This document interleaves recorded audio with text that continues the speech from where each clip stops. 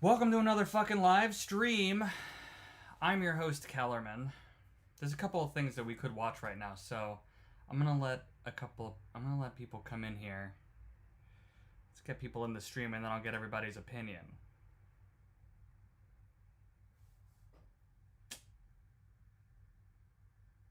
Someone just said they took an Advil. No, it's Tylenol that's supposed to be dangerous, and only if you're pregnant. And only for your child. Supposedly.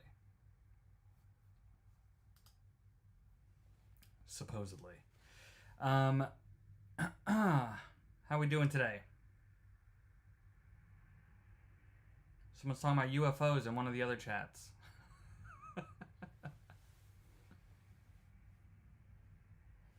Social media gets a little wild sometimes, guys.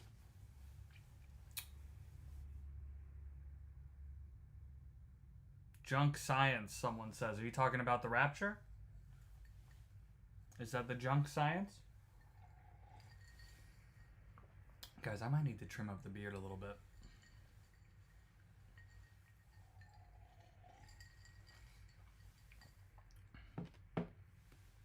One more way to blame women? You talking about Tylenol or the rapture? They're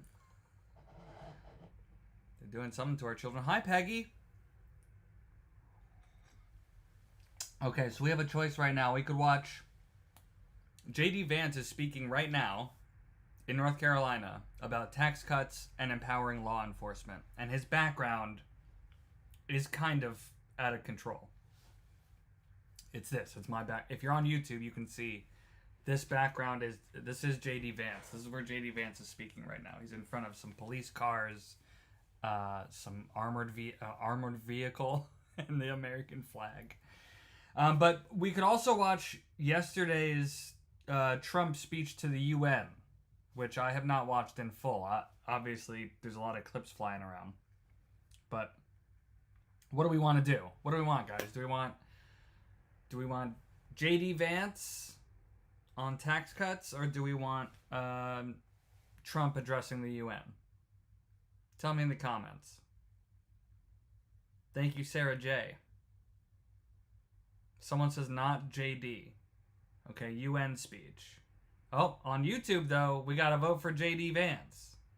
Why don't you come over to YouTube and tell me what you want? People saying Trump. Trump. UN. Okay. You're being heavily outvoted, Peggy, on social media, I gotta tell you. People are saying they want Trump. Alright. Oh, so another vote for tax cuts. Trump, not JD. Say my name, low-key star.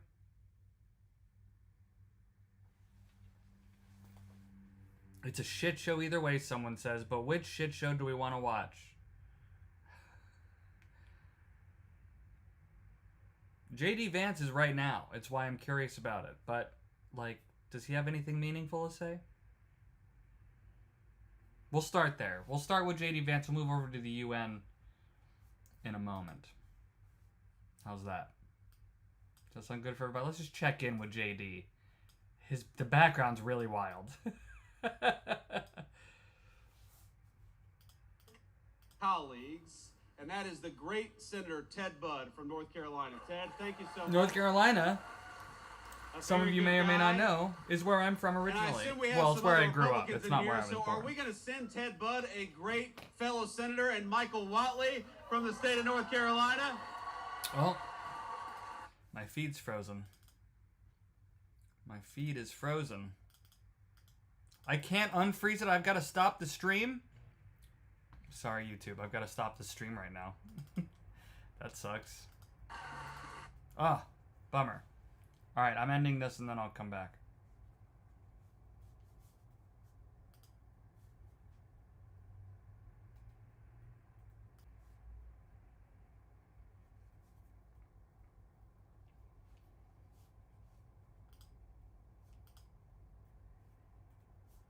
Welcome back. Sorry about that. I have restarted the stream and we are going to continue.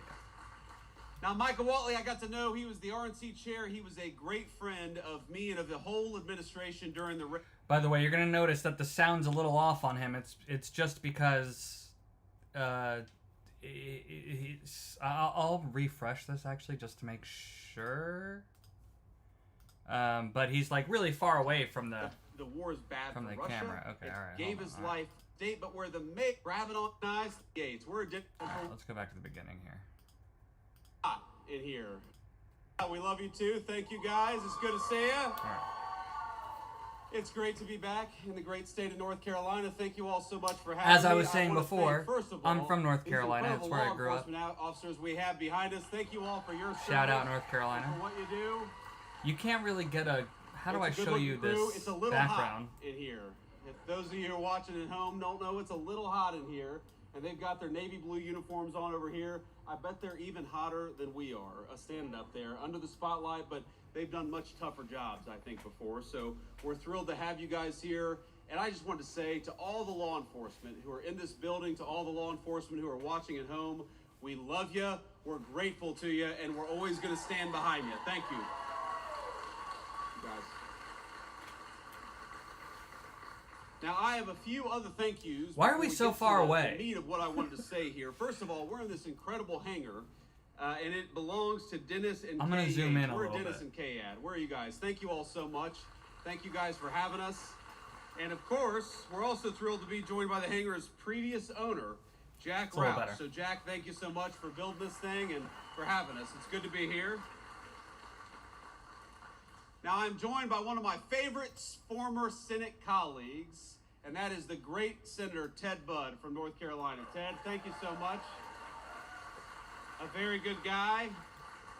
And I assume we have some other Republicans in here, so are we going to send Ted Budd a great fellow senator and Michael Whatley from the state of North Carolina? Kind of just pandering to the crowd at the moment. Now, Michael Whatley, I got to know. He was the RNC chair. He was a great friend of me and of the whole administration during Peggy's the race. in Tennessee. But Michael loves the state of North Carolina. He's going to fight for law enforcement. He's going to fight for law and order. He's going to fight for good jobs. He's going to fight for North Carolinians and North Carolinians and nobody else. Michael Whatley, God bless you, man. Thank you so much for being here. All right, he's pumping up all the other people that are here. All right. And then I also want to give a shout out to Mark Harris. Mark, where are you? Please. I'm not here for the shout-outs. Criminals ought to be afraid of you. You ought not be afraid of the criminals. It's very simple. He's talking to police officers now. And I think for too long in this country, we actually took the exact wrong approach. We told people that if you were walking down a city street and there was a crazy person over there yelling and screaming at your kids, you ought to walk to the other side of the street rather than possibly be accosted by a violent person. Well, you know what I think? I think that if a person is being violent and threatening to young children and young families, they ought to send their asses to prison instead of telling people that they got to cross the other side of the street. What? And Ted is going to be mad at me. Ted is a good Christian man. He does not cuss. So, Ted, forgive me. Yeah, it'd be great if there was just no threats anywhere. I'm talking about this. Look, I've gotten in arguments with people before. You know, a couple years ago, I took my family to New York City. This was when I was in the United States Senate. We spent a few days there. It was a wonderful trip in a lot of ways. But, you know, every time we went to the subway, I'd have one of my kids grabbing onto my leg or afraid because there was a crazy person yelling, hollering, and screaming at a 3-year-old little kid. Why do we live like this? Why do we accept this in our communities? And the answer is because of bad political leadership. We've accepted for too long this idea that we ought to give over our streets to criminals and to vagrants and to people who are screaming arresting at us instead crazy of homeless taking people back instead our of streets with our crossing the incredible street. law enforcement.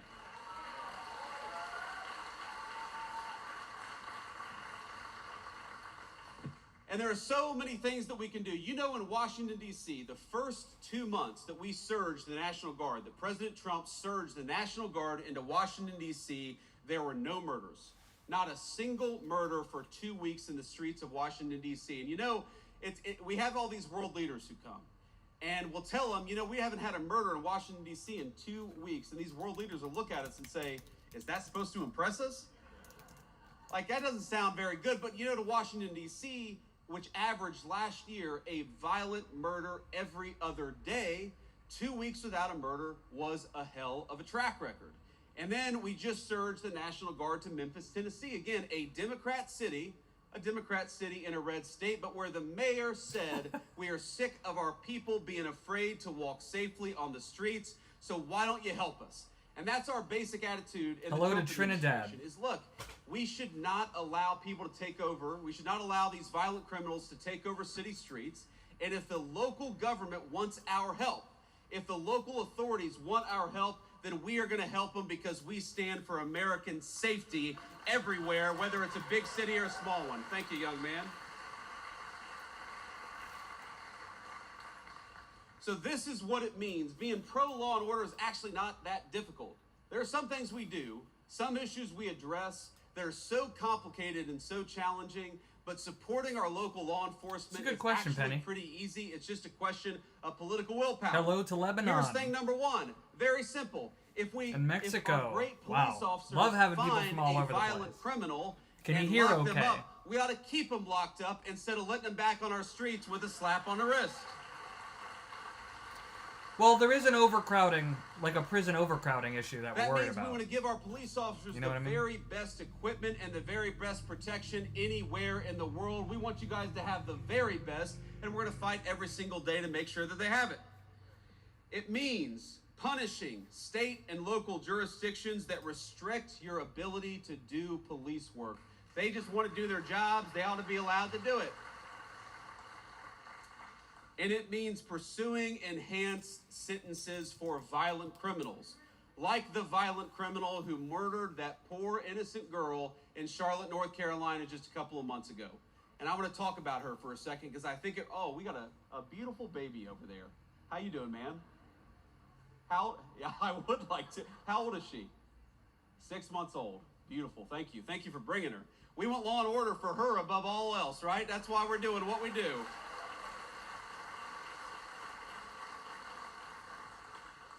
But we all know a couple weeks ago, and it's one of these things that got bumped out of the news because of the political assassination of Charlie Kirk. And so let me talk just a bit about that. You all know Charlie. He was a great guy. He was a great husband, a great father. He believed in two things, I think, above all else. Number one, the second most important, is he believed in political debate in the United States of America, that we ought to talk about our disagreements and not attack one another over our disagreements. And he gave his life dying for that principle. And the second thing he believed, Wish we could all and it was follow the it. most important, is that he wanted to be a Christian evangelist. He wanted to bring the gospel everywhere, and he saw connecting with people and debating politics as an opportunity to talk about his faith. Hi, Marilee. And I think it's important to honor him by recognizing that this is a kid, and he died at 31 years old. This is a kid who every single day, he would go to these college campuses, he would talk for 3 hours with anybody about whatever they wanted to talk about, and he believed in the civic virtue of open debate. He gave his life to protect that civic virtue, and he gave his life serving that civic virtue at the highest level. He was a great guy, and his loss was the nation's loss. And Erica, we love you. Erica's his beautiful widow. And I think you all will join me in saying that what happened to Charlie was disgusting, it was unacceptable, and it is the most anti-American act of violence that we've seen in the last couple of weeks in this country. It was a disgrace. And it was the act of one person and not a whole party of But- people. Thank you all.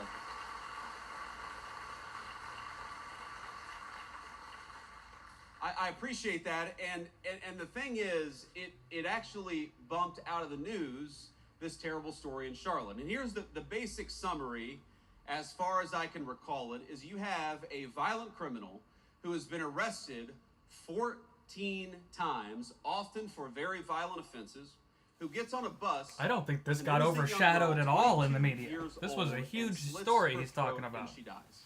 She died because she was coming home from work. She worked at a pizzeria.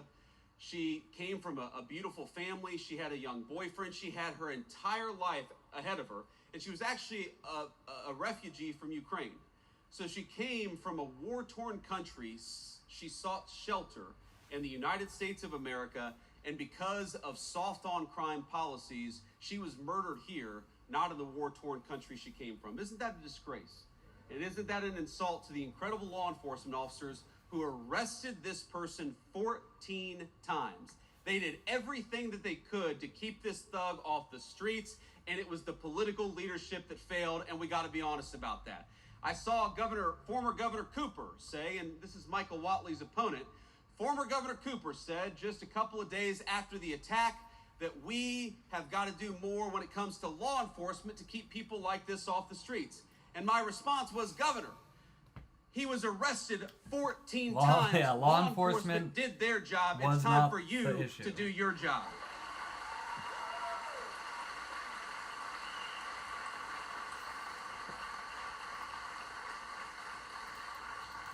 And it's so amazing to me, political Democrats, I don't think it's all Democrats. I actually think most Democrats want what most Republicans want, which is safety in their communities, but they always manage to turn issues of crime into a distraction about race. They always try to say that law enforcement, locking violent criminals up, is inherently racist. And I got to be honest with you, that's an insult to white people. That's it's an not insult what they're to black saying. people too.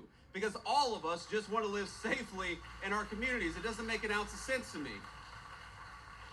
But I actually, because of these Democrat talking points, I went and looked up. Do you know that in most big cities, the gross majority, over 90% of violent crime is committed by fewer than 1% of the city's residents?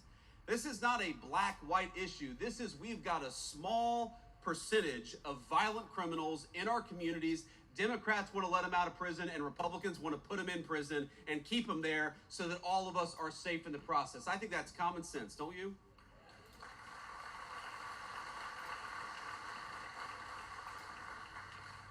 So I also got to talk a little bit about another law and order problem. I said Charlie Kirk's assassination was the most political and disgusting violence that we've had in this country in the last couple of weeks. And that was true maybe until this morning, because I don't know if you all have followed the news, and we're still learning a little bit about it. But what we know is that in Dallas, Texas, an ICE facility, an Immigrations and Customs Enforcement facility, was opened fire upon by a violent left-wing extremist, a person who wrote anti-ICE messaging on their bullets, and there's some evidence that we have that's not yet public, but we know this person was politically motivated. They were politically motivated to go after law enforcement. They were politically motivated to go after people who are enforcing our border. I think that is the most disgusting thing. The very people who keep us safe, honored, protected, and by Democrats and what's happening? It is time to stop the rhetorical assault on law enforcement. Okay, wait. Because here's what happened. He's talking about the ICE thing that happened today? I don't think any ICE officers were harmed. Because here's what happens when Democrats like Gavin Newsom did say that these people are part of an authoritarian government. When the left-wing media lies about what they're doing, when they lie about who they're arresting, when they lie about the actual job of law enforcement, what they're doing is encouraging crazy people to go and commit violence. You don't have to agree with my immigration policies. You don't have to agree with Donald Trump's immigration policies. But if your political rhetoric encourages violence against our law enforcement, you can go straight to hell and you have no place. You can rhetoric. Hold on. We're refreshing this shit. The way that we stop political violence in this country, and we've got to do it. Unmask ICE enforcing for everybody who was injured at that ICE facility. And as far as we know, it looks like some of the detainees, in other words, some of the potential illegal aliens, were some of those who were affected. Look, just because we don't support illegal aliens, we don't want them to be executed by violent assassins engaged in political violence either. So we're praying both for our ICE agents, at least he but said also that. for everybody who's affected by this terrible attack. But that was an ICE facility. And as these guys behind me know, and a few of our police officers know, police officers writ large face too many threats of violence all across the United States of America. And we know where it started.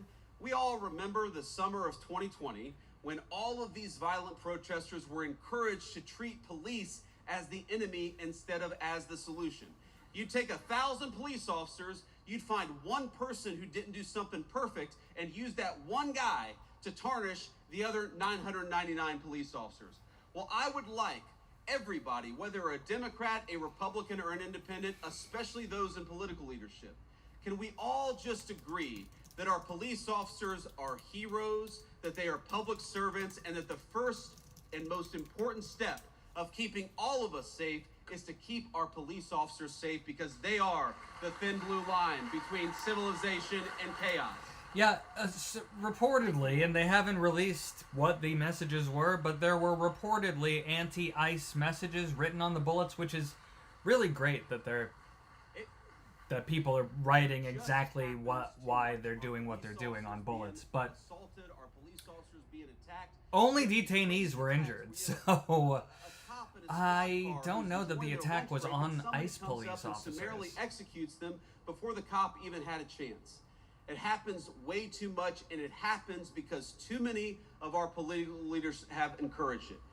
Now, it's not just that. It's not just the rhetoric that encourages violence against our law enforcement. You know, when I was in the Senate, there was a big bill that was going around, and it was basically that we were going to try to eliminate qualified immunity from police officers. One of the most disgraceful and worst ideas that I've ever seen. In other words, that we were going to make it easy for criminals to sue police officers for doing their job.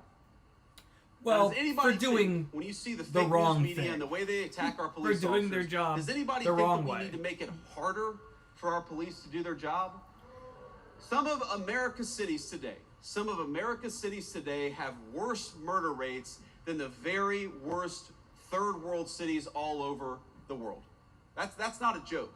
You go to Port-au-Prince, Haiti, or you go to some of the poorest countries all over the world, even those countries have a better murder rate than Washington, D.C. or some of the major American cities. Some of them have better murder rates than Charlotte, North Carolina.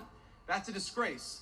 All of us should be asking, how do we make that better? How do we make people safer in their communities? How do we make it easier for a young family to walk down the street in security and comfort? But unfortunately, we've got a crew of violent radicals in the United States of America who think we ought to make it harder for police to keep us safe than easier for police to keep us safe.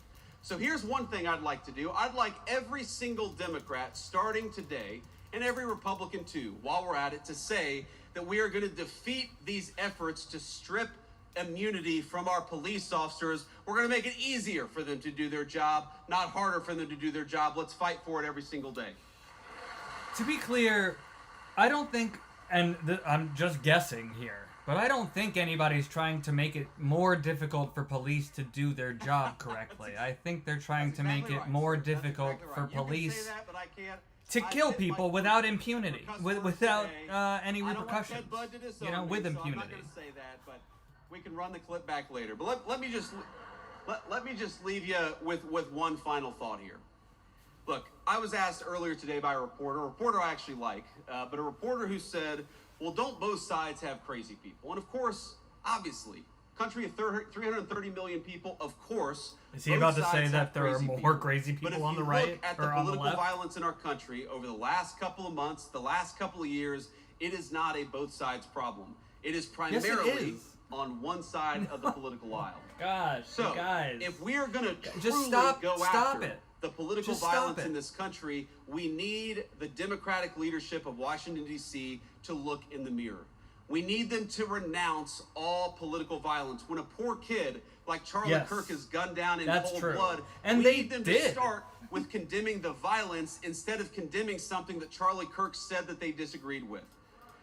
Just to be clear, while a lot of people took to social media to, celebrate the death or whatever, whoever did that, most of the politicians who made public statements were very respectful. When you have an entire network of left-wing organizations that encourage, that promote, and that apologize for violence, you know what you're going to get out of it? You're going to get political violence. So here's my sacred obligation to you, to all the law enforcement, but every person, whether they wear a uniform or not. Over the next couple of years, the Trump administration is going to do everything that we can to dismantle the networks, to destroy the funding, and to make it harder for people to kill one another just because they disagree with what somebody says. That is what we're going to do. We're going to fight for it.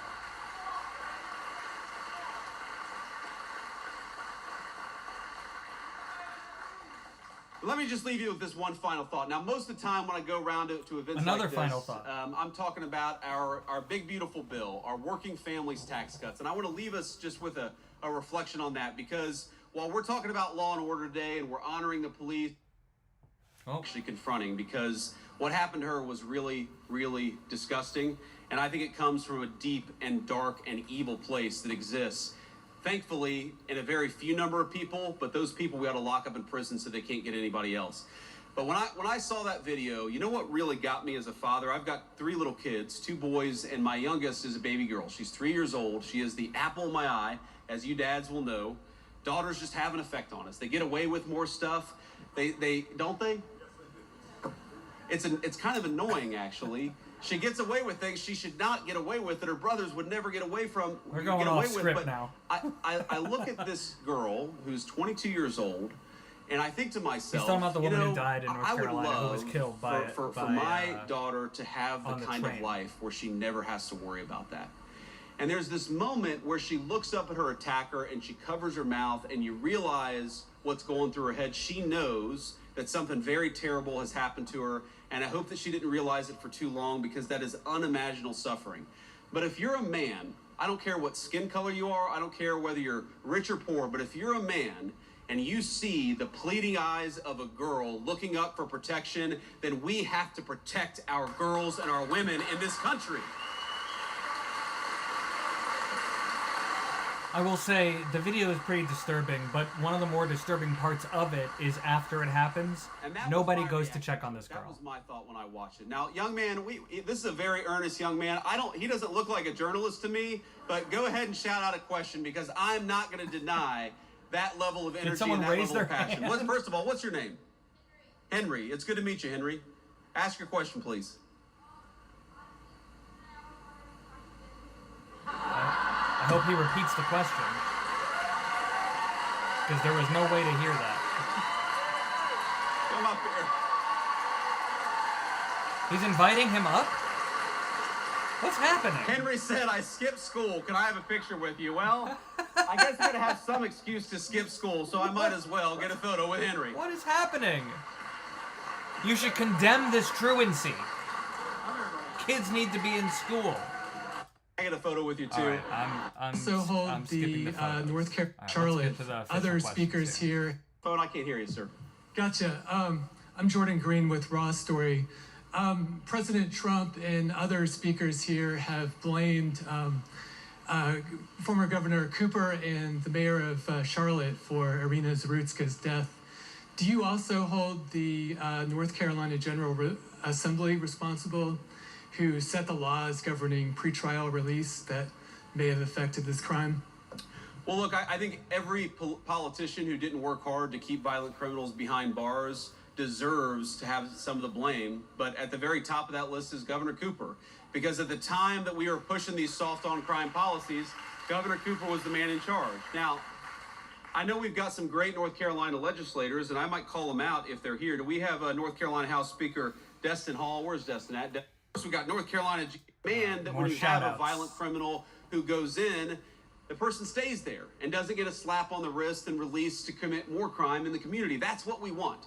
We don't want a criminal justice system that goes after innocent people. We also don't want a criminal justice system that lets obviously violent felons out of prison without any real consequences. It's just very simple. And again, I go back to the statistic where we've got such a small that is simple. I think, if I recall correctly, none of the arrests on the guy who killed that woman were violent. I believe in just to be clear. I don't think he had murdered a bunch of people and was out there often only comes murdering more people. On the other side of real punishment and real regret, which is why we got to lock some of these guys up in the first place. So yeah, I blame the political leadership. And I can't get over a governor who pursued soft on crime policies, Roy Cooper, who pursued soft on crime policies, who let violent criminals out of prison, and then after Irina was murdered, to have the audacity to blame our law enforcement. Law enforcement arrested this guy 14 times. They did their job. It's time for the politicians to do their job too. Next question. Vice President Vance, thank you so much for taking questions. I'm Casey Jones from WCCB Charlotte. When it comes to cracking down on crime in cities like DC, Memphis, Chicago, sending the National Guard, What specific metrics does the administration use to decide where those resources go? And can we expect that kind of response here in Charlotte anytime soon? Well, look, if the mayor of Charlotte and the governor... Just to correct something I said a moment ago, DeCarlos Brown had been arrested for violent crimes before and probably should not have been on the street. North Carolina asked for our help, we would absolutely send it because we believe in helping people regardless of whether they're Democrats or Republicans. We would love to have the mayor of Charlotte reach out for our help, and that's, you asked what the metrics are, that's one of the most important metrics. We want to go where we can have a real partnership between local law enforcement and the federal officials so that we can root out the crime. And that goes to the second metric. What is the most important thing? You can tell how many people are being murdered. People in the comments are bringing up January 6th and talking about how they're talking about being tough on crime, but then pardoned all the January 6th people. And I just got to tell you, I think that's a fruitless argument. I just think that the people who support Donald Trump typically support January 6th. So, you know, from your perspective, they were trying to stop a fair election. From their perspective, they were trying to stop democracy from being stolen. So, there's just no reason to point out the January 6th stuff when talking about this. Community, you can tell how many carjackings there are. You can So tell you're how many right. There were violent criminals There's at way January too much 6th, violent and they crime happening in our country. were convicted. And when we look at an American And they community, again, we admitted don't care to about their their violent politics. crime. When we look at an American community where people are suffering because of violent crime, our response is we want to help. Just let us. And I'd encourage everybody to talk to your local officials. I know we're a little far away from Charlotte, but to talk to your local officials and encourage them to ask for the help of the Trump administration. We are willing to provide it. We want fewer people to be affected by violent crime, but these guys have actually got to play a partnership role with us. And unfortunately, way too many of them. Some of these people, it's crazy. They are ruling over cities that have violent crime rates that are worse than Mogadishu, and they say, no, we don't want Donald Trump to come in. Well, excuse me. If you don't need the federal help, then why is your murder rate so terrible in the first place? You do need the help, you just need to admit it. Thank you, Casey. Next question. Vice President, Michael Warwick, I'm with WBTV. Welcome to Race and Country, first of all. Irina's law was just passed by Republican lawmakers. It's now on Governor Stein's desk. It addresses cashless bail. It would allow magistrates to involuntarily commit people who they believe to be sick. However, opponents of that bill don't think it goes far enough for the mental health side of things. It also opens the door to the death penalty, which I know some opponents are against. Why would you encourage the governor tell me what you guys think about the death penalty. They're bringing it back in D.C. Well, because I want to keep violent criminals do you off agree the with street, the and I want death Americans to be penalty or not? safer. And this bill does it. me Irina's know. law does it. Congratulations to the Senate President and House Speaker for getting it over the finish line. The governor's got to sign it.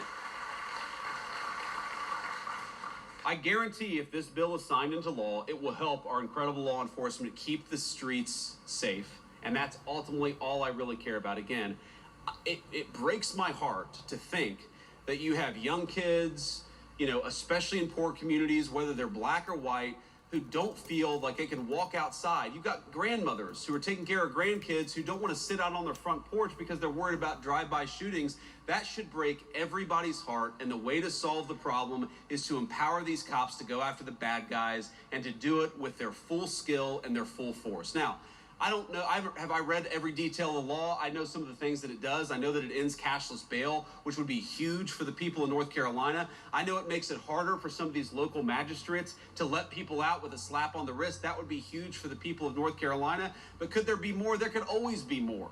But don't let the perfect be the enemy of the good. This bill is going to make North Carolinians safer. They ought to sign it.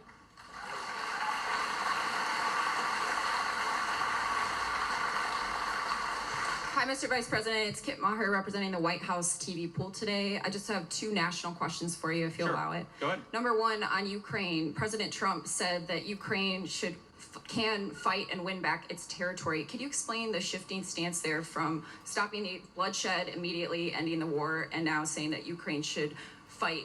Is that a tactic to pressure Putin back to the table?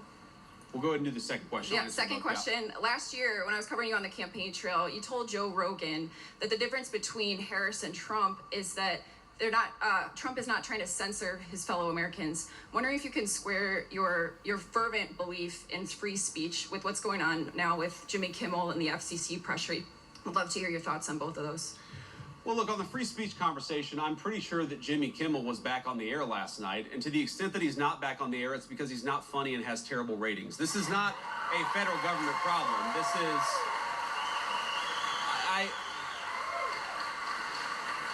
And Ken, I want to answer your question. Tell me in the comments if you think Jimmy Kimmel is funny. Didn't the FCC commissioner anybody put a in here tweet think out Jimmy that Kimmel said something is bad? funny? Well, compare that, the FCC commissioner making been doing it for a long time on social media. What is the government action that the Trump administration has engaged in to kick Jimmy Kimmel or anybody else off the air? Zero.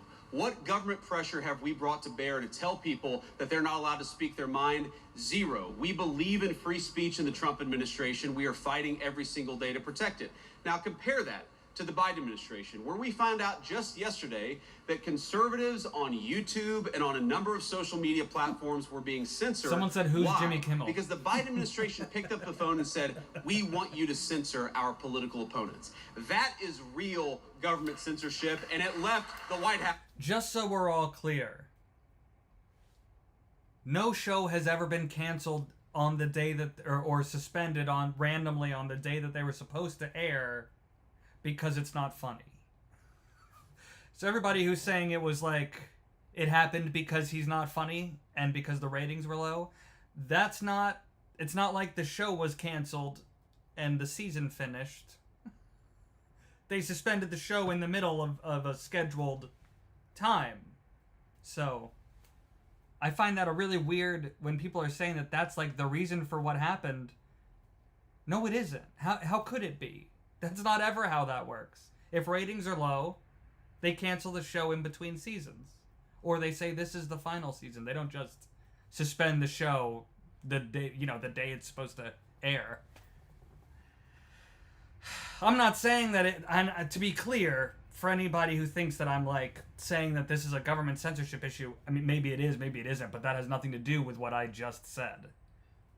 All I'm saying is that you cannot possibly think that what happened was just because it's not funny. That's not how that works. It was obviously in response to something that he said. Now, whether it was ABC's response or the FCC's response or the government's response, namely Donald Trump himself, who knows? When Joe Biden left the White House. Now to Ukraine. Look, I've answered a version of this question probably 100 times over the past 3 months. And one of the things I'll say about the president is that he is responsive to the reality on the ground. And the reality on the ground is that, number one, we have engaged in incredibly good faith negotiations with both the Russians and the Ukrainians. And I believe the president is growing incredibly impatient with the Russians right now because he doesn't feel like they're putting enough on the table to end the war. That's number one. Number two, the president has grown very confident that this war is bad for Russia. You hear me say this all the time. You hear the president say this all the time. The war is bad for Russia. It's bad for Ukraine. It's bad for America. We want the killing to stop. That remains the president's position. But the president also can look at reality on the ground. He sees the economic numbers that are coming out of Eastern Europe. He sees the number of dead people, both Russians and Ukrainians, that are happening in that war. And the president is telling Vladimir Putin it is time to stop the killing. He would say that to Zelensky. In fact, has said that to Zelensky. He wants this war to end, and he's doing everything that he can to stop it. But look, if the Russians refuse to negotiate in good faith, I think it's going to be very, very bad for their country. That's what the president made clear. It's not a shift in position. It's an acknowledgement of the reality on the ground. We're going to keep on fighting for peace every single day in the Trump administration. And I'll do one more question. Good answer. Another question. Good answer. Sure. I want to take it from you. Good afternoon, Mr. Vice President. Monica Casey, WRAL out of Raleigh. We are coming up on the 1-year anniversary of Hurricane Helene's devastation. Sure. What is the administration doing to speed up the distribution of federal aid for that disaster? Yeah, so just in the last week, the Secretary of Homeland Security put another, I believe, $64 million into the disaster relief effort. We inherited, I'm going to be honest with you, a FEMA that was mired in bureaucracy and red tape. The president has made very clear from day one, we want to get relief to the people of North Carolina as quickly and as rapidly as humanly possible, and that's what we're trying to do. The second thing I'll say is some people might point I out understand that the governor had a very good call with the president, I believe on 9/11 actually, about a week and a half ago. It may have been, the day before, the day afterwards. But he had a good conversation with the president about some of the disaster relief needs that are there. We're going to keep on working on this. We're going to keep on working with some of our colleagues and the federal congressional delegation from North Carolina. But let me just say, I visited the devastation myself. I want the people there to know we continue to think about them. We continue to work on this issue, and we're going to make sure that we never forget that area of North Carolina and the devastation that storm caused. Great. All right. On that note, I just want to say you guys have been an incredible group to get to spend some time with. Henry. Okay, just to be clear, this was supposed to be about tax cuts and empowering law enforcement, but it really wasn't. They didn't really touch on either of those things.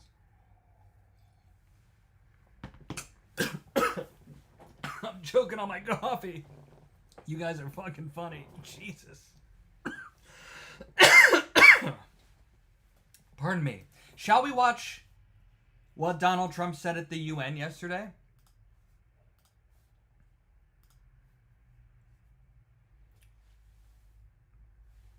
Oh, man. Someone said loser ass couch fucker. Who else thinks JD Vance had sex with a couch? I remember that going viral, but do you guys really think he's out there sleeping with couches? Not on couches, but with them. With his meme face pillow. Jeez, guys. Okay. All right, let's move on to Trump. I know that this is what you guys wanted to begin with. And now we're getting to it. How's everybody feeling? Before we move on here. How we doing? How's everybody feeling?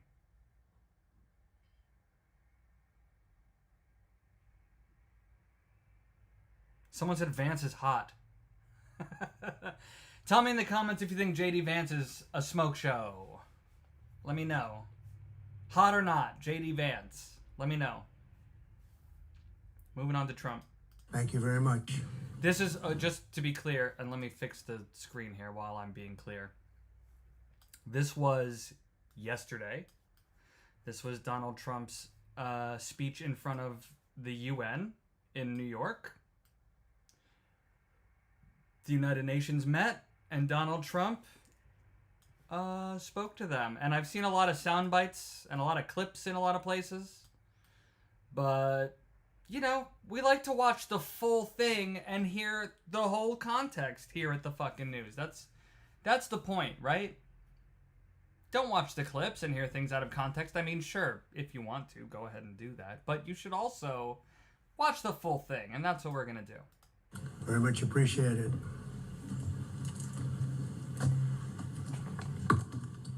Someone said the only thing smoky about Vance is his eye makeup. Making this speech without a teleprompter, because the teleprompter is not working. I feel very happy to be up here with you, nevertheless. I saw, and that way you I'm gonna speak. just pause this. I saw a lot of people saying that there was like some potential sabotage happening, and then just so you know, it was released that the person working the teleprompter was a White House hired person. More from the heart. I can only say that whoever's operating this teleprompter is in big trouble. They are. They are in big trouble.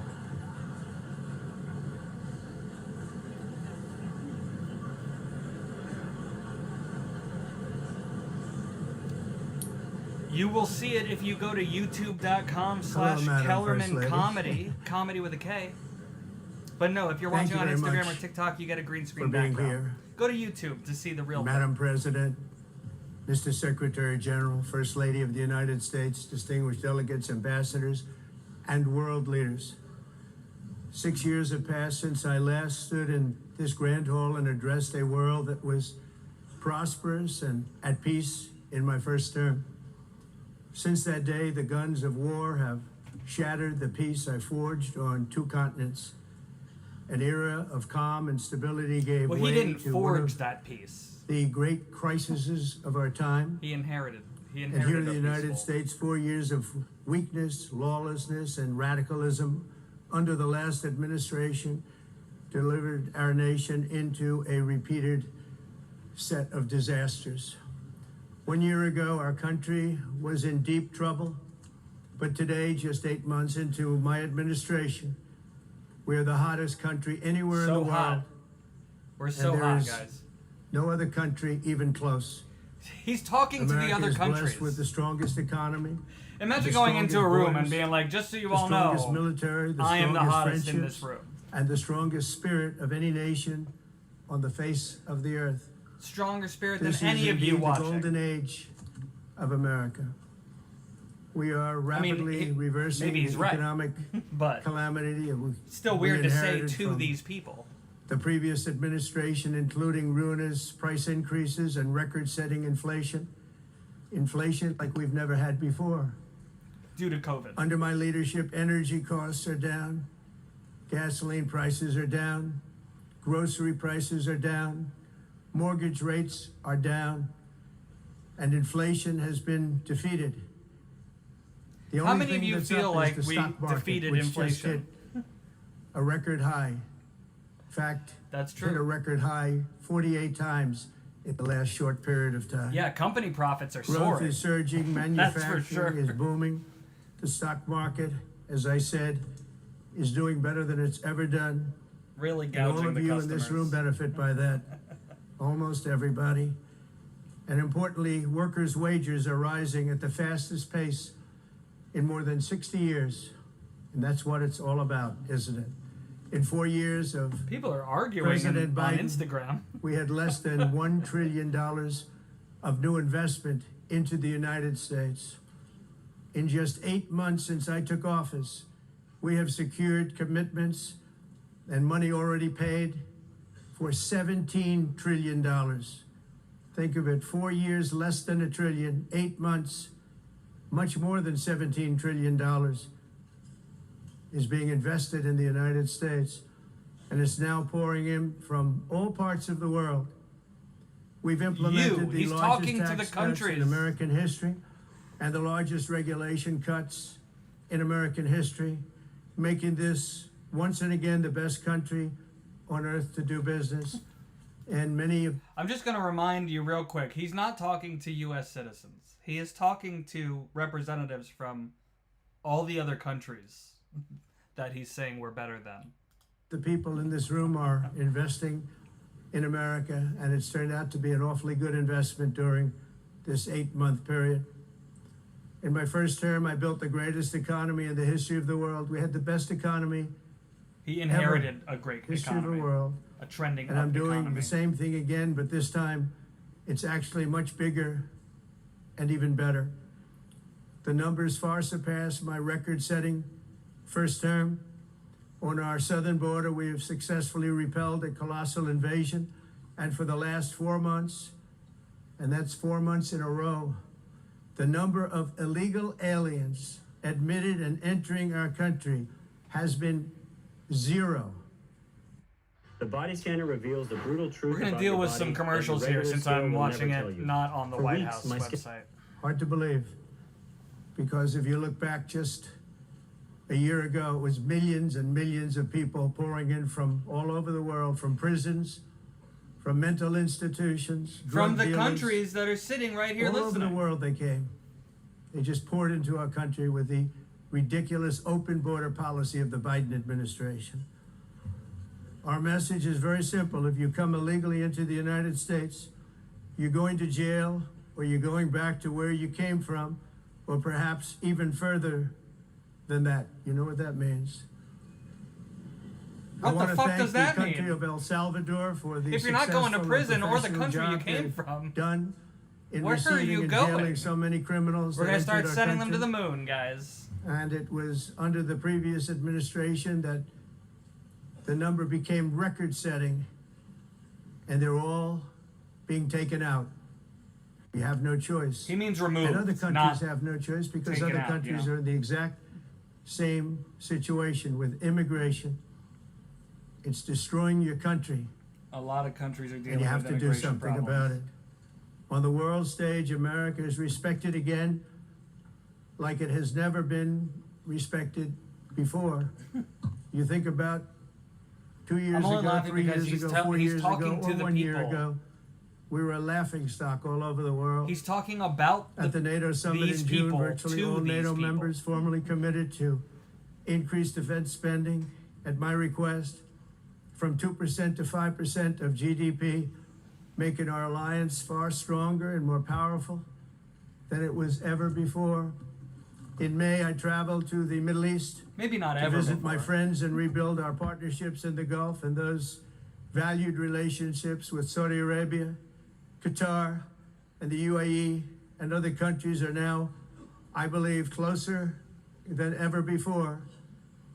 My administration has negotiated one historic trade deal after another, including with the United Kingdom, the European Union, Japan, South Korea, Vietnam, Indonesia, the Philippines, Malaysia, and many, many others.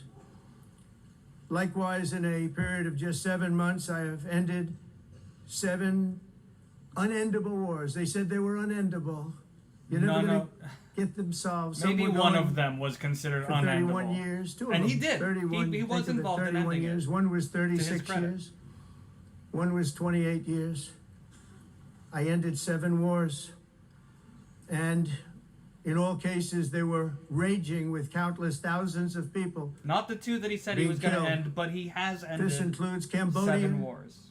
and Thailand, Kosovo and Serbia, We're listening to the Trump's speech from the Congo UN yesterday. and Rwanda, a vicious, violent war that was, Pakistan and India, Israel and Iran, Egypt and Ethiopia, and Armenia and Azerbaijan. It It was a included big one. all of them. No president Some of or those prime wars had, minister, like, just started, and for that though, matter, so no other country no has one thought ever those done were anything unendable. close to that. And I did it in just 7 months. It's never happened before. There's never been anything like that. I'm very honored to have done it. That's true. It's too bad that I had Really? to do You gotta give him these credit. things instead of the United Nations doing them. And sadly, in all cases, the United Nations did not even try to help in any of them. I ended 7 wars, dealt with the leaders of each and every one of these countries, and never even received a phone call from the United Nations offering to help in finalizing the deal. All I got from the United Nations was an escalator that on the way up stopped right in the middle. If the That First happened Lady while wasn't he was in there. great shape, she would have fallen. It was also She's in great the shape. fault of someone hired by the White We're House. both in good shape. We both So they stood. found. And then a teleprompter that didn't work.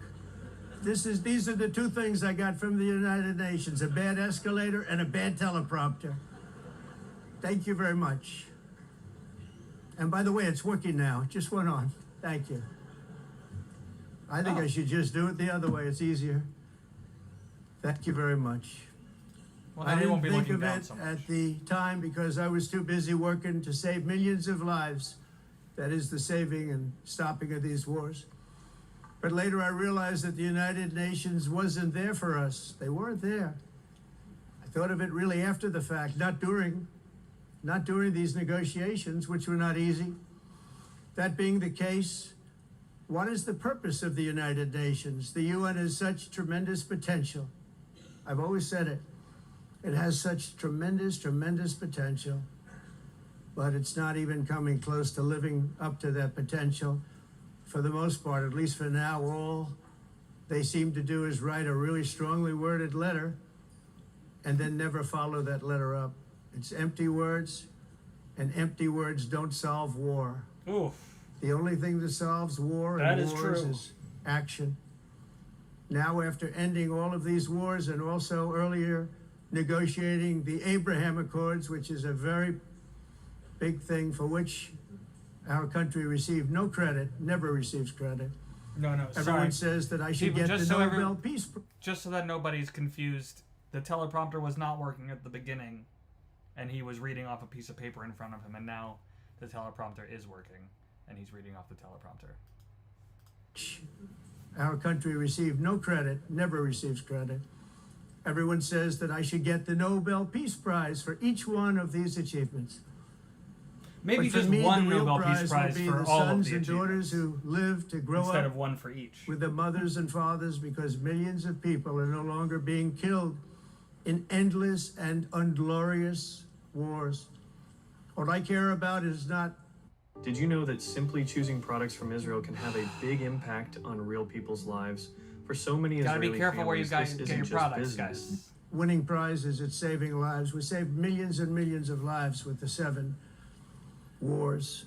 And we have others that we're working on, and you know that.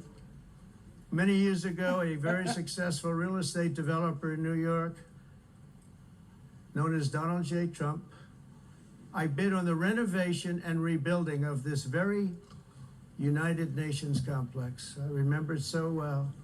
I said at the time that I would do it for $500 million, rebuilding everything. It would be beautiful. I used to talk about, I'm going to give you marble floors. They're going to give you terrazzo. I'm going to give you the best of everything. You're going to have mahogany walls. They're going to give you plastic. But they decided to go in What another does this direction, have which to was do much with more expensive anything? at the time, and which actually produced a far inferior product. And I realized that they did not know what they were doing when it came to construction, and that their building concepts were so wrong, and the product that they were proposing to build was so bad and so costly. It was going to cost them a fortune. And I said, and wait till you see the overruns. Well, I turned out to be right. They had massive cost overruns and spent between $2 and $4 billion on the building, and did not even get the marble floors that I promised them. He is currently saying, I told you so, to the UN, because they didn't pay him $500 million for new floors in the UN building. You walk on terrazzo, do you know? I feel like there's more important things to talk As about far as I'm concerned, right now. frankly, looking at the building and getting stuck on the escalator, they still haven't finished the job. They still haven't finished. That was years ago. The project was so corrupt that Congress actually asked me to testify before them on the tremendous waste of money, because it turned out that they had no idea what it was, but they knew it was anywhere between $2 and $4 billion, as opposed to $500 million with a guarantee. But they had no idea, and I said it cost much more than $5 billion. Unfortunately, many things in the United Nations are happening just like that, but on an even much bigger scale, much, much bigger. Very sad to see. Whether the UN can manage to play a productive role, I've come here today to offer the hand of American leadership and friendship to any nation in this assembly that is willing to join us in forging a safer, more prosperous world. And it's a world that we'll be much happier with. A dramatically better future is within our reach. But to get there, we must reject the failed approaches of the past and work together to confront some of the greatest threats in history. There is no more serious danger to our planet today than the most powerful and destructive weapons ever devised by man, of which the United States, as you know, has many. Just as I did in my first term, I've made containing these threats a top priority, starting with the nation of Iran. My position is very simple. The world's #1 sponsor of terror can never be allowed to possess the most dangerous weapon. That's why shortly after taking office, I sent the so-called Supreme Leader a letter making a generous offer. I extended a pledge of full cooperation in exchange for a suspension of Iran's nuclear program. The regime's answer was to continue their constant threats to their neighbors and U.S. interests throughout the region, and some great countries Hey, that thanks, are Gina. right nearby. Support and Today, stay many of informed. I Iran's really former appreciate military you. commanders, in fact, I can say almost all of them, are no longer with us. They're dead. And 3 months ago, in Operation Midnight Hammer, 7 American B-2 bombers dropped the 14 30,000-pound each bombs on Iran's key nuclear facilities, totally obliterating everything. No other country on earth could have done what we did. No other country has the equipment to do what we did. We have the greatest weapons on earth. We hate to use them. But we did something that for 22 years people wanted to do. With Iran's nuclear enrichment capacity demolished, I immediately brokered an end to the 12-day war, as it's called, between Israel and Iran, with both sides agreeing to fight no longer. As everyone knows, I have also been deeply engaged in seeking a ceasefire in Gaza. Have to get that done. Have to get it done. Unfortunately, Hamas has repeatedly rejected reasonable offers to make peace. We can't forget October 7th, can we? Now, as if to encourage continued conflict, some of this body is seeking to unilaterally recognize a Palestinian state. The rewards would be too great for Hamas terrorists for their atrocities. This would be a reward for these horrible atrocities, including October 7th, even while they refuse to release the hostages or accept a ceasefire. Instead of giving to Hamas and giving so much, because they've taken so much, they have taken so much. This could have been solved so long ago. But instead of giving in to Hamas's ransom demands, those who want peace should be united with one message: release the hostages now. Just release the hostages now. Calling on Hamas to release the hostages is great. Thank you. As we have got to come together, and we will come together, got to get it done. We have to stop the war in Gaza immediately. We have to stop it. We have to get it done. We have to negotiate, immediately have to negotiate peace. We got to get the hostages back. We want all 20 back. We don't want 2 and 4. As you know, I got, along with Steve Witkoff and all others of the that US helped us, hostages Marco have been Rubio, out. we got most of them back. Yeah. We were involved in all of them. But I always said the last 20 are going to be the hardest, and that's exactly what happened. We have to get them back now. We don't want to get back 2, and then another 2, and then 1, and then 3. Have this process. No, All we of want them them. all That's back, what and all we of them want means. actually 38 dead bodies back too. Those parents came to me and they want them back, and they want them back very quickly and very badly, as though they were alive. They want them. They want them every bit as much as if their son or daughter were alive. I've also been working relentlessly, stopping the killing in Ukraine. I thought that would be, of the 7 wars that I stopped, I thought that would be the easiest because of my relationship with President Putin, which had always been a good one. I thought that was going to be the easiest one. But you know, in war, you never know what's going to happen. There are always lots of surprises, both.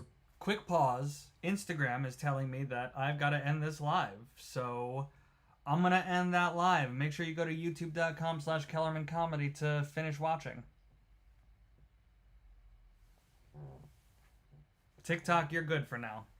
YouTube, thanks for being here. Good and bad. Everyone thought Russia would win this war in 3 days, but it didn't work out that way. It was supposed to be just a quick little skirmish. It's not making Russia look good. It's making them look bad. That's true. No matter what happens from here on out, It's this was something definitely that should have taken making Russia look bad that they a matter haven't of been able days, to certainly less than a complete week. any of their objectives. And they've been fighting for 3.5 years. It's going on forever now. Anywhere from 5,000 to 7,000 young soldiers, mostly soldiers, on both sides, every single week. From 5,000 to 7,000 dead young people, and some in cities, much smaller numbers, where rockets are shot, where drones are dropped. This war would never have started if I were president. This was a war that should have never happened. It shows you what leadership is, what bad leadership can do to a country. Look what happened to the United States, and look where we are right now in just a short period of time. The only question now is how many more lives will be needlessly lost on both sides. Thank you in the comments. China and India are the primary funders of the ongoing war by continuing to purchase Russian oil. But inexcusably, even NATO countries have not cut off much Russian energy and Russian energy products, which, as you know, I found out about 2 weeks ago, and I wasn't happy. Think of it. They're funding the war against themselves. Who the hell ever heard of that one? In the event that Russia is not ready to make a deal to end the war, then the United States is fully prepared to impose a very strong round of powerful tariffs, which would stop the bloodshed, I believe, very quickly. But for those tariffs to be effective, European nations, all of you are gathered here right now, would have to join us in adopting the exact same measures. Wow. I mean, you're much closer to the city. We have an ocean. Thanks, Christian. You're right for there. coming over to YouTube. And Europe has to step it up. They can't be doing what they're doing. They're buying oil and gas from Russia while they're fighting Russia. It's embarrassing to them, and it was very embarrassing to them when I found out about it, I can tell you that. They have to immediately cease all energy purchases from Russia. Otherwise, we're all wasting a lot of time. Awesome. So I'm ready to discuss this. We're going to discuss it today with the European nations, all gathered here. Seems like we're going to make some moves sure, regarding to hear me Ukraine and it, Russia. But that's the way it is. I like to speak my mind and speak the truth. As we seek to reduce the threat of dangerous weapons today, I'm also calling on every nation to join us in ending the development of biological weapons once and for all. And biological is terrible, and nuclear is even beyond, and we include nuclear in that. We want to have a cessation of the development of nuclear weapons. We know, and I get to view it all the time. Sir, would you like to see? And I look at weapons that are so powerful that we just can't ever use them. Yeah, it's scary. If we ever use them, the world literally might come to an end. Literally. There would be no United Nations to be talking about. Yeah. There would be no nothing. Just a few years ago, reckless experiments overseas gave us a devastating global pandemic.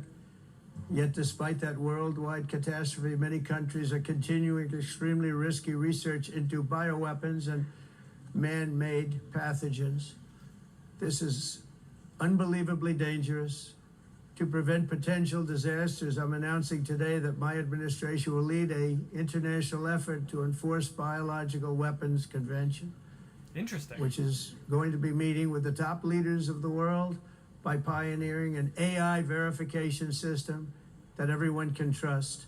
Hopefully the UN can play a constructive role, and it will also go in one of the early that's an interesting projects one. under AI. Let's see how good it is, because a lot of people are saying it could be one of the great things ever, but it also can be dangerous, but it could be put to tremendous use and tremendous good, and this would be an example of that. Yeah.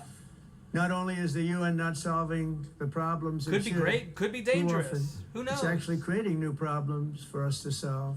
The best example is the #1 political issue of our time, the crisis of uncontrolled migration. It's uncontrolled. Your countries are being ruined. The United Nations is funding an assault on Western countries and their borders. In 2024, the UN budgeted $372 million in cash assistance to support an estimated 624,000 migrants journeying into the United States. Think of that. The UN is supporting people that are illegally coming into the United States, and then we have to get them out. The UN also provided food, shelter, transportation, and debit cards to illegal aliens. Can you believe that? On the way to infiltrate our southern border. Millions of people came through that southern border. Just a year ago, millions and millions of people were pouring in, 25 million altogether over the 4 years of the incompetent Biden administration. And now we have it stopped, totally stopped. In fact, they're not even coming anymore because they know they can't get through. But what took place is totally unacceptable. The UN is supposed to stop invasions, not create them and not finance them. In the United States, we reject the idea that mass numbers of people from foreign lands can be permitted to travel halfway around the world, trample our borders, violate our sovereignty, cause unmitigated crime, and deplete our social safety net. We have reasserted that America belongs to the American people, and I encourage all countries to take their own stand in defense of their citizens as well. You have to do that because I see it. I'm not mentioning names, I see it, and I can call every single one of them out. You're destroying your countries. They're being destroyed. Ooh, I love a good rain drum. Europe is in serious trouble. Should I get a rain They've drum, been invaded guys? by a force Do any of you have a rain drum? Aliens like nobody's ever seen before. Illegal aliens are pouring into Europe. Nobody is ever, and nobody's doing anything to change it, to get them out. It's not sustainable. And because they choose to be politically correct, they're doing just absolutely nothing about it. And I have to say, I look at London, where you have a terrible mayor, terrible, terrible mayor. And it's been so changed, so changed. Now they want to go to Sharia law. But you're in a different country. You can't do that. Both the immigration and their suicidal energy ideas will be the death of Western Europe if something is not done immediately. Nobody is trying to implement Sharia cannot law be sustained. in the United States. What makes the world so beautiful is that each country is unique. But to stay this way, every sovereign nation must have the right to control their own borders. You have the right to control your borders, as we do now, and to limit the sheer numbers of migrants entering their countries and paid for by the people of that nation that were there and that built that particular nation at the time. They put their blood, sweat, tears, money into that country, and now they're being ruined. Proud nations must be allowed to protect their communities and prevent their societies from being overwhelmed by people they have never seen before, with different customs, religions, with different everything. Where migrants have violated laws, lodged false asylum claims, or claimed refugee status for illegitimate reasons, they should, in many cases, be immediately sent home. And while we will always have a big heart for places and people that are struggling and truly compassionate, answers will be given. We have to solve the problem, and we have to solve it in their countries, not create new problems in our countries. And we are very helpful to a lot of countries that are just not able to send their people anymore. They used to send them to us in caravans of 25, 30,000 people each. These massive caravans of people pouring into our country, totally unchecked and unvetted. But not anymore. According to the Council of Europe, in 2024, almost 50% of inmates in German prisons were foreign nationals or migrants. In Austria, the number was 53% of the people in prisons were from places that weren't from where they are now. In Greece, the number was 54%, and in Switzerland, beautiful Switzerland, 72% of the people in prisons are from outside of Switzerland. When your prisons are filled with so-called asylum seekers who repaid kindness, and that's what they did, they repaid kindness with crime. It's time to end the failed experiment of open borders. You have to end it now. I can tell you. I think that's kind of a I'm really good at this stuff. weird way to Your put it. countries But are going to hell. In America, we've taken bold that's something action that's to been. swiftly shut down I've been seeing a lot of migration. headlines about him telling Once the we UN their started countries are detaining and going to deporting hell. I'm just everyone going to who rewind that crossed so the that you border. can hear it, And with just in crime, case I talked over it. the number was 54%, and in Switzerland, beautiful Switzerland, 72% of the people in prisons are from outside of Switzerland. When your prisons are filled with so-called asylum seekers who repaid kindness, and that's what they did, they repaid kindness with crime. It's time to end the failed experiment of open borders. You have to end it now. See, I can tell you. Prisons are not I'm filled really with good at asylum this stuff. seekers. Your countries are going to hell. In America, we've taken bold action to swiftly shut down uncontrolled migration. Once we started detaining and deporting everyone who crossed the border and removing illegal aliens from the United States, they simply stopped coming. They're not coming anymore. We're getting a lot of credit, but they're not coming anymore. Right. This was a humanitarian act for all involved because A humanitarian act? I mean, thousands okay. of people a week were dying. Women were being raped. Whether you agree with it or Nobody's ever not, seen anything like it. Raped. it was not an Horribly act of beaten, humanitarianism. On the trip up, the journey up, it was a long walk. It was a long, It was an act arduous of journey. nationalism, Indeed. an act of And it was also a safety, historic maybe. victory against human trafficking throughout the region. What we did was a victory, and we saved so many lives of people that wouldn't make the journey. That journey was loaded up with death. Loaded up with death. Dead bodies all along the roads of jungles to get up. They go through jungles, they go through areas so hot you couldn't breathe. They were dying of suffocation, areas so hot that you couldn't breathe. Dead bodies all over. By them not coming, we're saving tremendous numbers of lives. My people have done it. Hold on. Look, the mass deportations have been a huge deterrent. Taking credit for saving lives because people are not trying to take dangerous routes to get into the United States anymore seems like a bit of a stretch. Fantastic job in doing what they did, and the American public, Although it's not totally incorrect agrees with it. at the same I was time. very proud to see this morning I have the highest Right? poll numbers I've ever had. Part of it is because of It what is we've done technically on saving the lives. border. Well, I guess the other part is what we've done in the economy. who knows how many lives it's Joe also Biden's destroying policies empowered simultaneously. murderers, But gangs, human smugglers, child traffickers, knows? drug cartels, and prisoners from all over the world.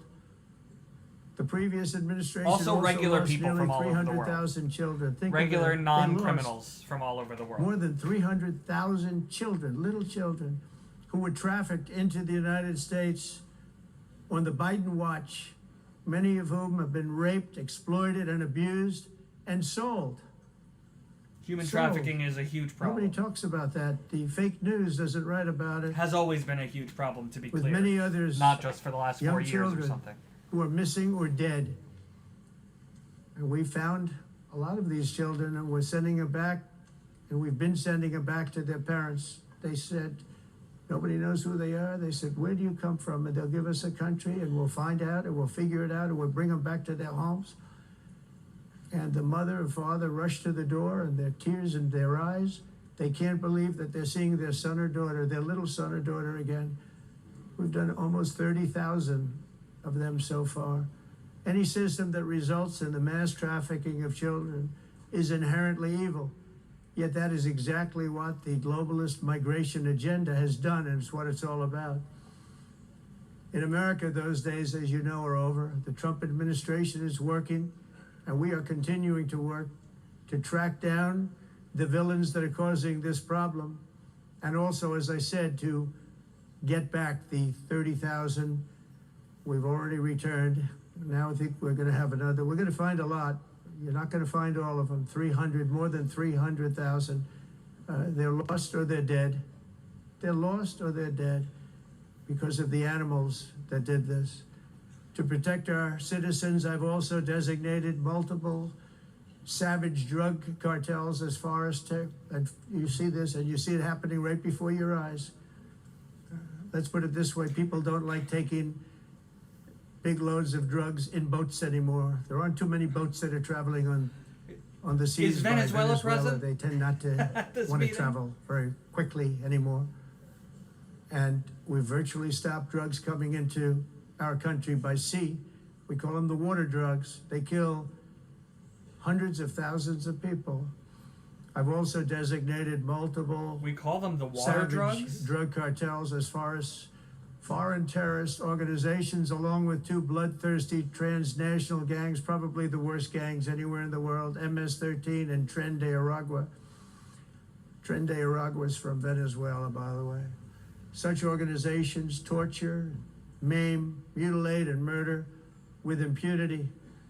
They're the enemies of all humanity. For this reason, we've recently begun using the supreme power of the United States military to destroy Venezuelan terrorists and trafficking networks led by Nicolas Maduro. To every terrorist thug smuggling poisonous drugs into the United States of America, please be warned that we will blow you out of existence. That's what we're doing. We have no choice. So water bottles have BPAS, and your tap water has trace chemicals. What are you supposed to drink? Can't let Ain't no due process in international waters, guys. it happen. They're destroying. I believe we lost 300,000 people last year to drugs. 300,000. Fentanyl and other drugs. Each boat that we sink carries drugs that would kill more than 25,000 Americans. We will not let that happen. Energy is another area where the United States is now thriving like never before. We're getting rid of the falsely named renewables. By the way, they're a joke. They don't work. They're too expensive. They're not strong enough to fire up the plants that you need to make your country great. The wind doesn't blow. Those big windmills are so pathetic and so bad, so expensive to operate. And they have to be rebuilt all the time, and they start to rust and rot. Most expensive energy ever conceived, and it's actually energy. You're supposed to make money with energy, not lose money. You lose money, the governments have to subsidize. You can't put them out without massive subsidies. And most of them are built in China, and I give China a lot of credit. They build them, but they very few wind farms. So why is it that they build them and they send them all over the world, but they barely use them? You know what they use? Coal. They use gas. They use almost anything, but they don't like wind. But they sure as hell like selling the windmills. Europe, on the other hand, has a long way to go, with many countries being on the brink of destruction because of the green energy agenda. And I give a lot of credit to Germany. Germany was being led down a very sick path, both on immigration, by the way, and on energy. They were going green, and they were going bankrupt. And the new leadership came in, and they went back to where they were, with fossil fuel and with nuclear, which is good. It's now safe, and you can do it properly. But they went back to where they were. They opened up a lot of different plants, energy producing plants, and they're doing well. I give Germany a lot of credit for that. They've said this is a disaster, what's happening. They were going all green. All green is all bankrupt. That's what it represents. And it's not politically correct. I'll be very badly criticized for saying it, but I'm here to tell the truth. I don't care. It doesn't matter to me. I'm in New York City. I'm feeling a lot safer. Crime, we're getting crime down. And by the way, speaking of crime, Washington, D.C. was the crime capital of America. Now it's after 12 days, it's a totally safe city. Everyone's going out to dinner. They're going out to restaurants. Your wife can walk down the middle of the street with or without you. Nothing's going to happen. My people have done a fantastic job. And yes, I called in the National Guard, and the National Guard took care of business. And they weren't politically correct, but they took care of business. We got 1,700 career criminals out, brought them back to where they came from, the countries where they came from, or put them in jails. Washington, D.C. is now a totally safe city again, and I welcome you to come. In fact, we'll have dinner together at a local restaurant, and we'll be able to walk. We don't have to go by an armor-plated vehicle. We'll walk right over there from the White House. They've given up their powerful edge, a lot of the countries that we're talking about, in oil and gas, such as essentially closing the great North Sea oil. Oh, the North Sea, I know it so well. Aberdeen was the oil capital of Europe, and there's tremendous oil that hasn't been found in the North Sea. Tremendous oil. And I was with the Prime Minister I respect and like a lot, and I said, you're sitting with the greatest asset. They essentially closed it by making it so highly taxed that no developer, no oil company can go there. They have tremendous oil left, And more importantly, they have tremendous oil that hasn't even been found yet. And what a tremendous asset for the United Kingdom. And I hope the Prime Minister is listening, because I told it to him 3 days in a row. That's all he heard. North Sea oil, North Sea, because I want to see them do well. I want to stop seeing them ruining that beautiful Scottish and English countryside with windmills and massive solar panels that go 7 miles by 7 miles, taking away farmland. But we're not letting this happen in America. In 1982, the executive director of the United Nations Environmental Program predicted that by the year 2000, climate change would cause a global catastrophe. He said that it will be irreversible, as any nuclear holocaust would be. This is what they said at the United Nations. What happened? Here we are. Another UN official stated in 1989 that within a decade, entire nations could be wiped off the map by global warming. Not happening. You know, it used to be global cooling. If you look back years ago in the 1920s and the 1930s, places are being wiped off the map global due cooling to weather. will kill the world. Venice, We have to maybe do you've seen the something. water levels in Venice. Then they said global warming will kill the world, but then it started getting cooler, so now they could just call it climate change, because that way they can't miss. It's climate change, because if it goes higher or lower, whatever the hell happens, there's climate change. It's the greatest con job ever perpetrated on the world, in my opinion. Climate change, no matter what happens, you're involved in that. No more global warming, no more global cooling. All of these predictions made by the United Nations and many others, often for bad reasons, were wrong. They were made by stupid people I heart you that too. have cost their countries fortunes and given those same POV countries no psycho chance mom. for success. If you don't get away from this green scam, your country is going to fail. And I'm really good at predicting things, you know? They actually said during the campaign, they had a hat, the best-selling hat. Trump was right about everything. And I don't say that in a braggadocious way, but it's true. I've been right about everything. And I'm telling you that if you don't get away from the green energy scam, your country is going to fail. And if you don't stop people that you've never seen before, that you have nothing in common with, your country is going to fail. I'm the president of the United States, but I worry about That you Europe. have I love nothing in Europe. I common love the with. people of Europe. And I hate to see it being devastated by energy and immigration. This double-tailed monster destroys everything in its wake, and they cannot let that happen any longer. You're doing it because you want to be nice. You want to be politically correct, and you're destroying Well, your heritage. I think some people feel We kind must of take like it's control better to be strongly safe and than sorry immediately when of it the comes to unmitigated affecting the immigration climate. disaster and the fake energy catastrophe before it's too late. The carbon footprint is a hoax made up by people with evil intentions, The carbon and footprint is they're a heading hoax. down a path of total destruction. You know, the carbon footprint was a big, big thing a few years ago. I remember hearing about the carbon footprint, and then President Obama would get into Air Force One, a massive Boeing 747, and not a new one, an old one with old engines that spew everything into the atmosphere. He'd talk about the carbon footprint, we must do so. Then he'd get in and he'd fly from Washington to Hawaii to play a round of golf. And then he'd get back onto that big, beautiful plane and he'd fly back and he'd talk about, again, global warming and the carbon footprint. It's a con job. At extreme cost and expense, Europe reduced Just its own because there are carbon hypocrites footprint by doesn't make it a con. 37%. Think of that. Congratulations, Europe. Great job. You cost yourself a lot of jobs, a lot of factories closed, but you reduced the carbon footprint by 37%. However, for all of that sacrifice and much more, it's been totally wiped out and then some by a global increase of 54%.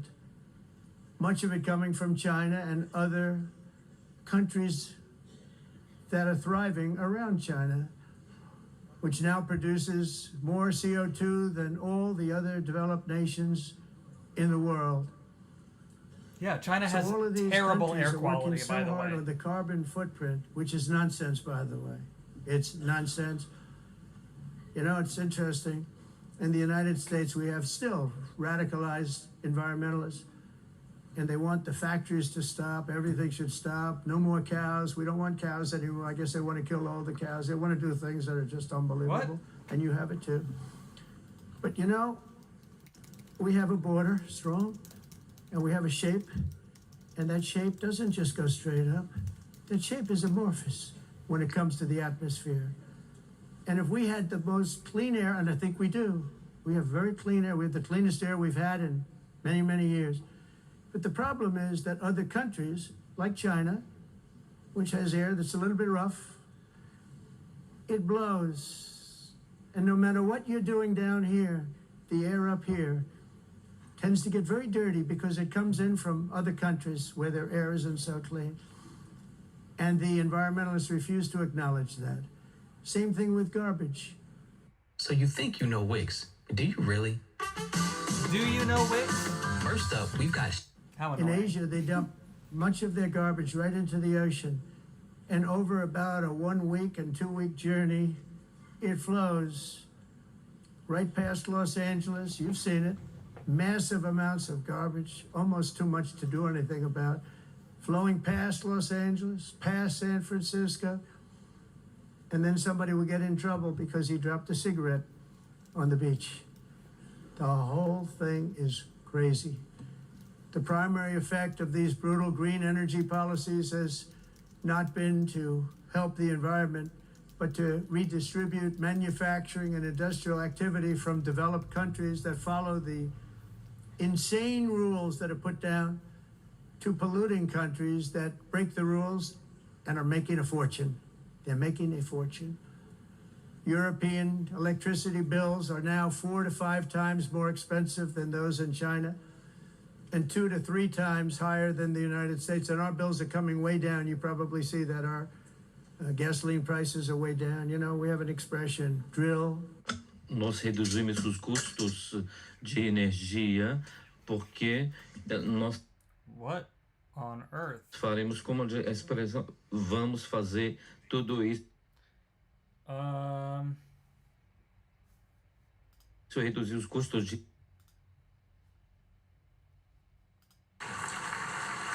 What? Truth, I don't care. It doesn't matter to me. I'm in New York City.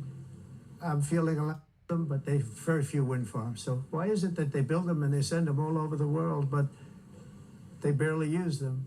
You know what they use? Coal. And there's tremendous oil that hasn't been found in the North Sea. No matter what happens, you're involved in that. No more global warming, more CO2 than all the other developed nations in the world. So all of these countries are working to stop. Sorry about that. The global warming hoax. The entire globalist concept of asking successful industrialized nations to inflict pain on themselves and radically disrupt their entire societies must be rejected completely and totally, and it must be immediate. Disrupt the That's old why way of in doing America, I things to withdrew do from things the a new way. Fake Paris A Climate new, Accord, potentially better where, way. by the way, Just America was paying so much more potentially. than I'm not every saying it is country. better.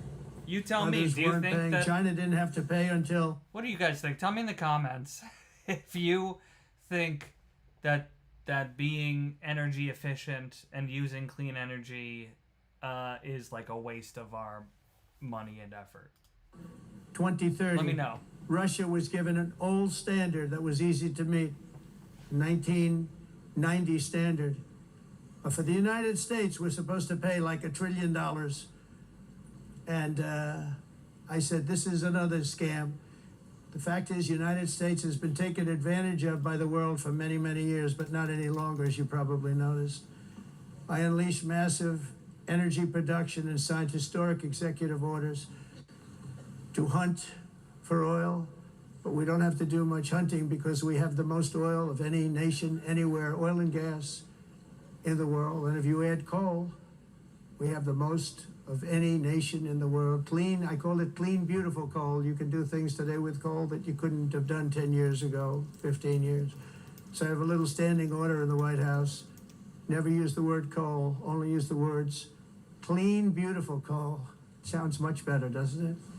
But we stand ready to provide Adding any clean and country beautiful with to abundant, anything really affordable kind of makes energy it sound supplies better, if you right? need them, when most of you do. We're proudly exporting energy all over the world. We're now the largest exporter. In the United States, we want trade and robust commerce with all nations, everybody. We want to help nations. We're going to help nations. But it must also be fair and reciprocal. The challenge with trade is much the same with climate. The countries that followed the rules, all their factories have been plundered. It's really sad to watch. They've been broken. They've been broken by countries that broke the rules. That's why the United States is now applying tariffs to other countries, and much as these tariffs were for many years applied to us, uncontrollably applied to us. We've used tariffs as a defense mechanism under the Trump administration, including my first term, where hundreds of billions of dollars in tariffs were taken in. And by the way, we had the lowest inflation, and now we have very low inflation. The only thing different is that we have hundreds of billions of dollars flowing into our country. But this is how we will ensure that the system works for everyone and is sustainable into the future. We're also using tariffs to defend our sovereignty and security throughout the world, including against nations that have taken advantage of former U.S. administrations for decades, including the most corrupt, incompetent administration in history, the sleepy Joe Biden administration. Brazil now faces major tariffs in response to its unprecedented efforts to interfere in the rights and freedoms of our American citizens and others, with censorship, repression, weaponization, judicial corruption, and targeting of political critics in the United States. I have a little problem saying this because I must tell you, I was walking in and the leader of Brazil was walking out. We saw him and I saw him, he saw me, and we embraced. And then I'm saying, can you believe I'm going to be saying this in just 2 minutes? But we actually agreed that we would meet next week. We didn't have much time to talk, like about 20 seconds. They were in retrospect, I'm glad I waited because this thing didn't work out too well. But we did talk. We had a good talk, and we agreed to meet next week, if that's of interest. Oh, that's good. But he seemed like a very nice man, actually. He liked me, I liked him. But if you, and I only do business with people I like. When I don't like them, I don't like them. Ain't that the truth? We had, at least for about 39 seconds, we had excellent chemistry. It's a good sign. But also in the past, Brazil, can you believe this, unfairly tariffed our nation, but now because of our tariffs, we are hitting them back, and we're hitting them back very hard. As president, I will always defend our national sovereignty and the rights of American citizens. So I'm very sorry to say this, that Brazil is doing poorly and will continue to do poorly. They can only do well when they're working with us. Without us, they will fail, just as others have failed. It's true. Next year, the United States will celebrate the 250th anniversary of our glorious independence, a testament to enduring power and American freedom and spirit. We will also be proudly hosting the 2026 FIFA World Cup, and shortly thereafter, the 2028 Olympics, which is going to be very exciting. I hope you all come. I hope that countless people from all over the globe will take part of these will be great celebrations of liberty and human thank you, achievement. Johnny. A few minutes of this is about as much as I can take, but thanks for still reporting. Out. Take care. 1776. Thanks for joining. When we founded the light to all nations, and it's something really that an amazing thing came out of that date. It's called the United States of America. In honor of this momentous anniversary, I hope that all countries who find inspiration in our example will join us in renewing our commitment, values, and those values really that we hold so dear together. Let us defend free speech and free expression. Let us protect religious liberty, including for the most persecuted religion on the planet today. It's called Christianity. And let us safeguard our sovereignty and cherish qualities that have made each of our nations so special, incredible, and extraordinary. In closing, I just want to repeat that immigration and the high cost of so-called green renewable energy is destroying a large part of the free world and a large part of our planet. Countries that cherish freedom are fading fast because of their policies on these two subjects. You need strong borders and traditional energy sources if you are going to be great again. Whether you have come from north or south, east or west, near or far, every leader in this beautiful hall today represents a rich culture, a noble history, and a proud heritage that makes each nation majestic and unique, unlike anything else in human history or any other place on the face of the earth.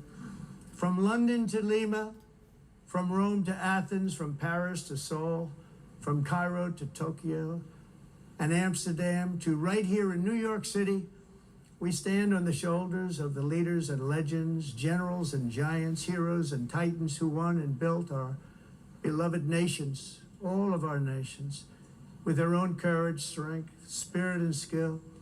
Our ancestors climbed mountains, conquered oceans, crossed deserts, and trekked over wide open plains. They charged into thunderous battles, plunged into grave dangers, and they were soldiers and farmers and workers and warriors and explorers and patriots. They built towns into cities, tribes into kingdoms, ideas into industries, and small islands into mighty empires. You're a part of all of that.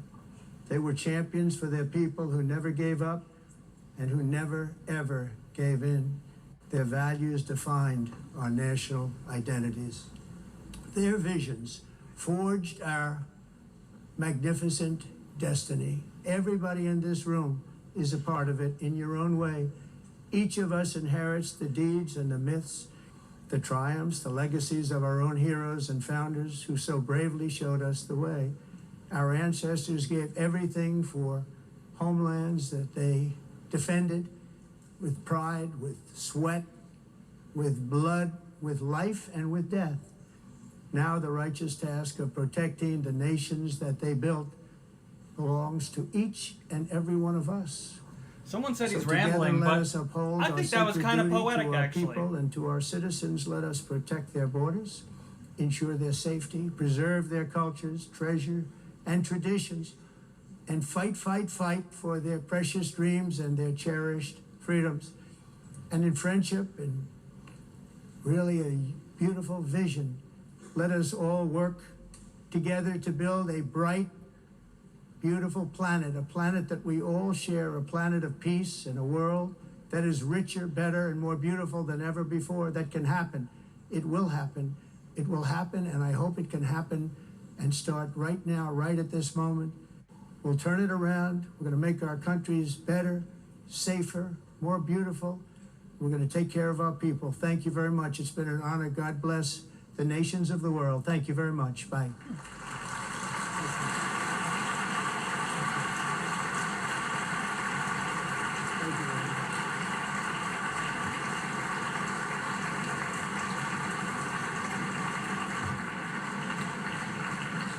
On behalf of the Assembly, I wish to thank the President of the United States.